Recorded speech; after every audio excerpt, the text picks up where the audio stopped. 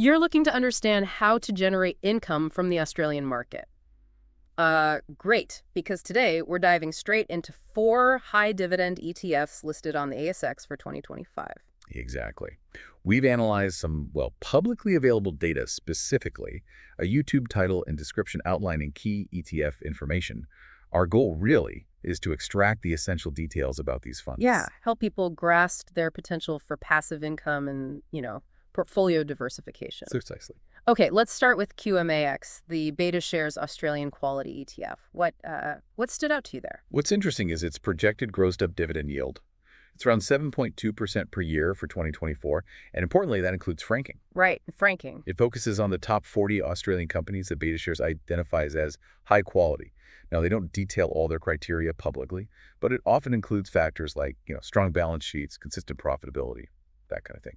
And that franking, those are the tax credits for Australian residents, correct? The management fee is 0.29%. So the core idea here seems to be investing in potentially stable, profitable companies that also pay out good tax-advantaged dividends. Exactly. If you sort of connect this to a broader investment idea, QMAX could be appealing if you prioritize the, let's say, financial health of established companies alongside that dividend income stream. Makes sense.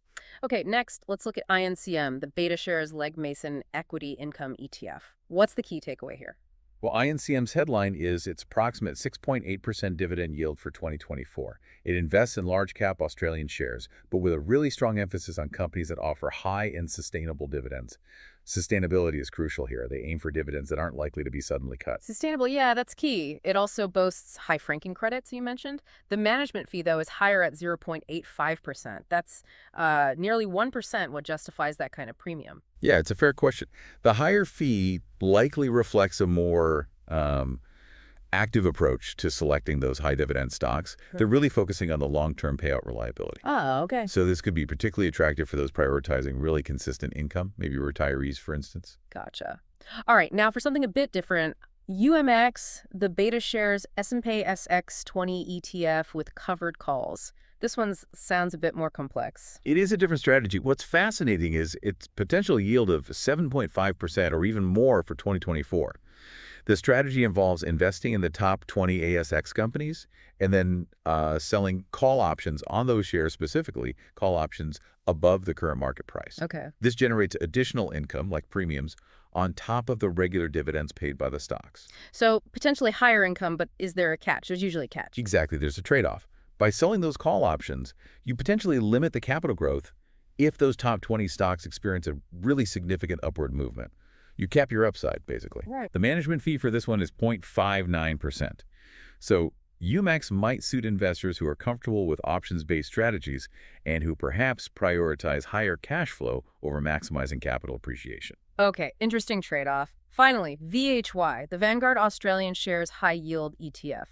Vanguard usually means low costs, right? Absolutely, that's their reputation. Yeah. VHY offers an approximate 5.8% dividend yield for 2024 and focuses on large-cap Australian companies with higher-than-average dividend yields. But the real standout is its very low management fee of just 0.25%. Wow. Yeah, 0.25%. And yes, those dividends come with franking credits too. So VHY seems like maybe the broad, low-cost way to just get exposure to high-yield Aussie stocks without too many bells and whistles. Correct. If we connect this back to an overall portfolio strategy, VHY provides pretty diversified access to the high-yield segment of the market at a very competitive price. It's ideal if you prefer a straightforward, more passive approach. Okay, so let's recap quickly. We've got QMAX with its focus on quality companies, INCM prioritizing sustainable high dividends, UMAX using covered calls for potentially higher income but capped growth, and then VHY offering broad, low-cost, high-yield exposure.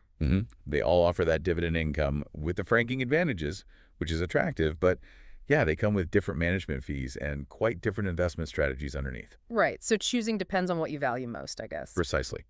If your priority is investing in, say, financially sound, well-established companies, QMAX might be a good fit. If that consistent, reliable dividend income is your absolute primary goal, maybe INCM warrants a closer look despite the higher fee. And if you're okay with that option strategy for potentially more income now, maybe sacrificing some growth, then UMAX is an option. And of course, if you just seek broad exposure to high-yield stocks at the lowest possible cost, VHY is a strong contender. Simple as that, really. So for you listening, these ETFs really offer different pathways to generating passive income and diversifying your portfolio. It really comes down to aligning their specific approaches with your own individual financial objectives and maybe your risk tolerance too. Yeah, which kind of raises a key question for you, the listener. Considering these quite diverse strategies for high dividend Australian ETFs, what specific factors, is it the management fees, the headline yield percentage, the underlying investment focus, or those franking credits?